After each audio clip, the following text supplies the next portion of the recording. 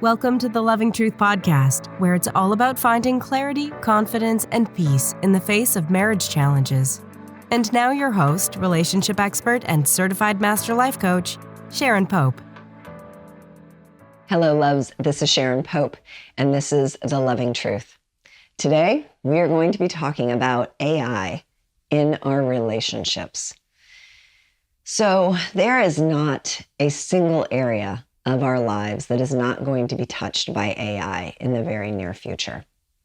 And the ways in which it's going to impact relationships is fascinating.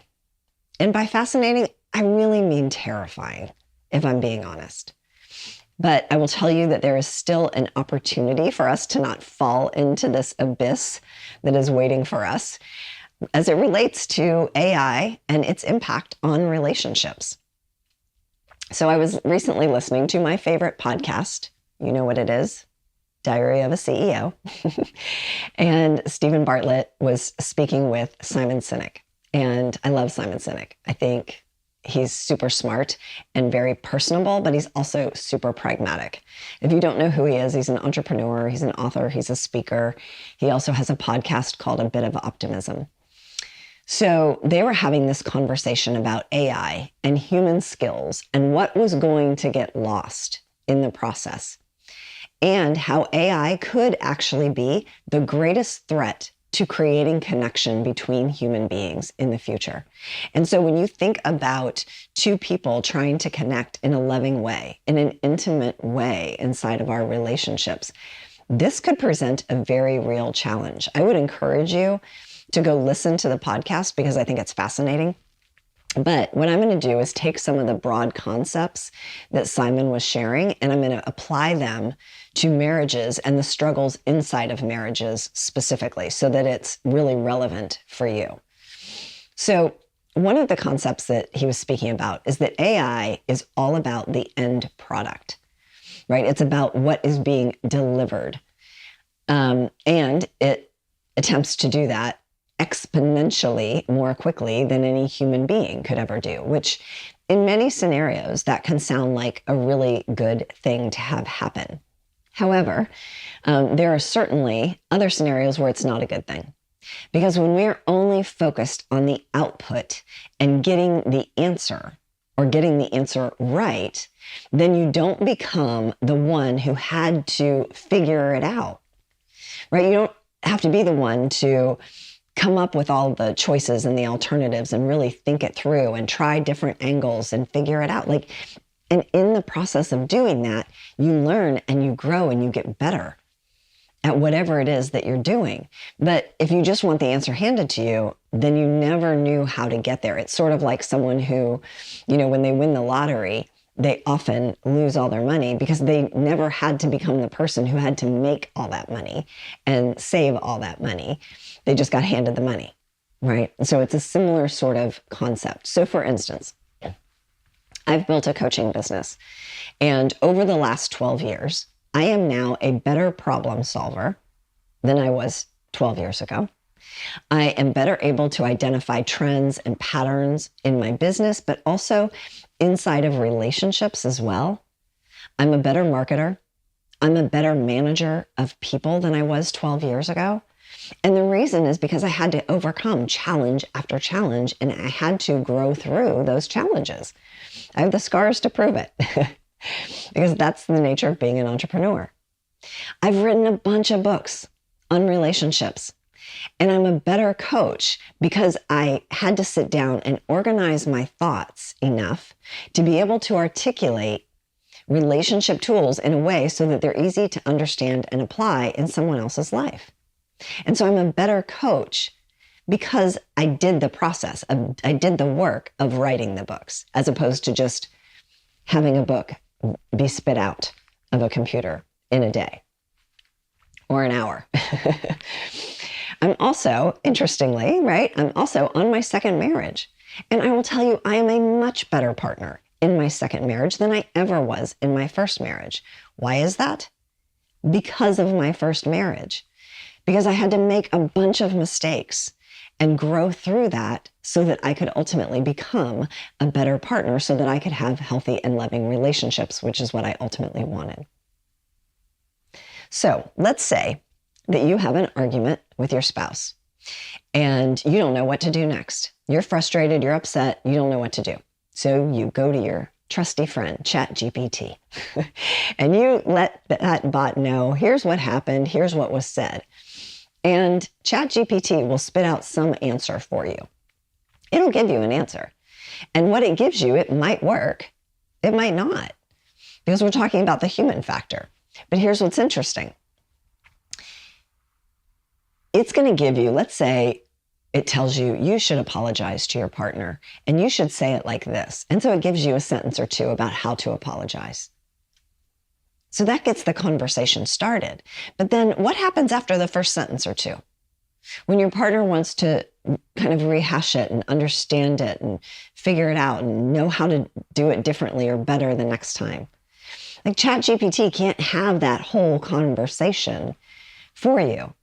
And you don't know what to say if you have not built and cultivated and nurtured the skill of repair after upsets inside of a relationship. You're not going to know what to do because you haven't fostered that skill set. See, relationships aren't about getting all the answers or getting it all right. It's not about the output, right? Relationships are truly about the journey. They're about walking beside someone through the ups and downs of life. It's about going from a place of connection to disconnection to repair and then reconnection. And it's cyclical. We go through that over and over and over again inside of our relationships. And so the nature of relationships is being in it. That's the goodness of relationships. That's the juice of it. And there's nothing that will help us to grow and be a better person more so than our relationships. So the human skills of empathy and compassion, this is some of the things they were talking about. Those human skills of like empathy, compassion, understanding, those can start to atrophy. But likewise, so too can forgiveness, effective communication skills, conflict resolution. Those skills, if they're not used, they atrophy, they go away, right? So maybe you're of a similar age as me, and you remember a time when you used to have to remember people's phone numbers.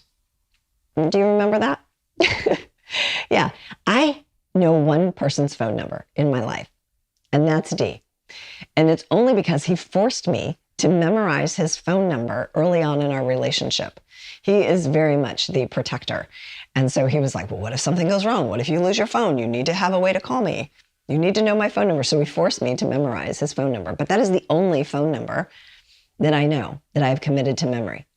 And there's lots of people I love, but I don't have their phone numbers memorized. You know, a lot of us, we used to be able to do math in our head. Now, since we carry a computer basically around with us everywhere we go, including the bathroom, we have a calculator at the ready. So we don't have to know how to do math in our head. We can figure out the tip on that bill just by looking at our phone. I don't know about you, but I used to be really good at spelling. Like when I was a kid, I used to win spelling bees. A little fun fact about Sharon Pope. I used to be a very good speller, and I was proud of that. Well, now I wouldn't say I'm a bad speller, but I will tell you, like, there are two words that I misspell over and over and over again. One of them is and the other one is marriage. When I'm typing, those are the two words that I misspell most frequently. And I use those words a lot.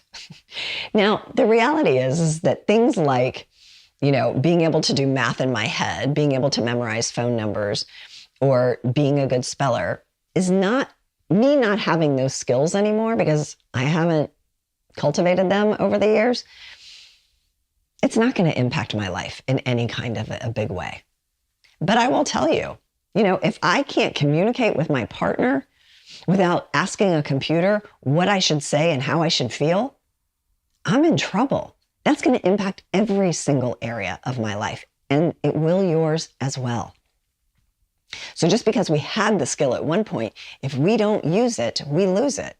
I often say that I have taken Spanish 1, the first level of Spanish, 4 different times because I wanted to learn Spanish, but then I didn't use it. And then I wanted to learn it again. And so I started from the beginning and then I didn't use it and I forgot all the things. I've done this so many times, even with sign language. I, at one point, was really interested in learning sign language. I had to take that 2 different times because if you don't use it, you will forget it. And so these skills, even if we have them today, if we don't continue to use them, we're going to lose them. And so that is really the risk. So just if you think that that is a big deal, and it is a big deal. There's more. There's more. It gets worse. This is the terrifying part. There are companies that want you to build an AI companion or an AI partner, right? They will allow you to create a partner, and they say that this is going to be the cure for the loneliness that we feel in our world today. However, I think it is going to create an entire host of different challenges that we've not even ever considered. Now, I know that there's a bunch of you out there listening to this going, wait a minute, having a relationship, like an intimate relationship with a computer, that sounds ridiculous. But I am telling you, this is happening today. It's already happening. So a year or 2 years from now, this is going to be mainstream, okay? So there was an article that I was reading where a woman had created one of these partners. And she and her husband, they had to determine whether or not what she was doing was in fact cheating. Because she was sharing very, very personal details with this bot. She was getting turned on with him, with it. And she was having virtual sexual experiences with it. And they had to determine as a married couple, does this boyfriend, this virtual boyfriend that my wife has, is she cheating on me? That's a whole thing now that couples have to think about and figure out. So then I think, well, who would want that? Well, let's see. Why would you want that? Why would you want to create your husband exactly as you want him to be, your partner exactly as you want him to be?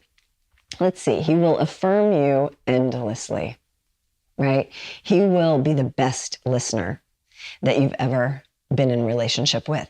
He will tell you how amazing you are on repeat whenever you want. He will never reject you.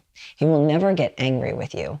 He will always be the first one to apologize and probably say, you know what, you were right. Because you have to remember, these systems are built to keep you engaging with them. They don't want you shutting them down and turning away from it. So they're going to basically learn and tell you whatever you want to hear. And so I think this is going to be more prevalent and not as ridiculous as we all think it might be right now, very, very quickly. This idea, though, of creating a partner through AI, think about it. That bot is going to ask nothing of you, and he's going to give you every single thing that you want.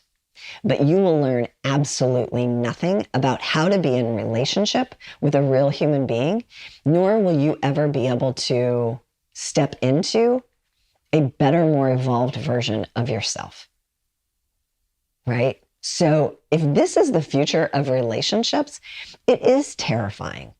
And frankly, we're in some trouble here. But there is some hope. Look, I want you to know, I'm not against AI. I don't think anything is all bad or all good. I think AI is going to be great for some things, and I think AI is not going to be great for other things. And so just like we have junk food that's available to us literally 24 hours a day, 7 days a week, you can have it delivered to your door. Just because we have junk food available to us doesn't mean that that's what we should eat and that's all we should eat, because it's just going to make us sick.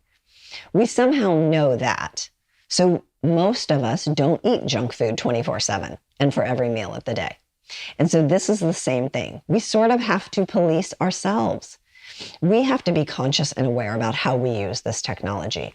Just because it's available to us to give us the answer doesn't mean that that's what we should do. And it doesn't mean it won't make our relationships sick.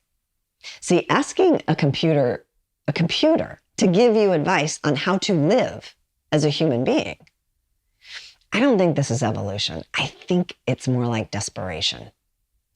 And if you want to have a better, closer, you want more loving relationships, why would you turn to a crowdsourced, overly agreeable, disembodied technology to tell you how to do that?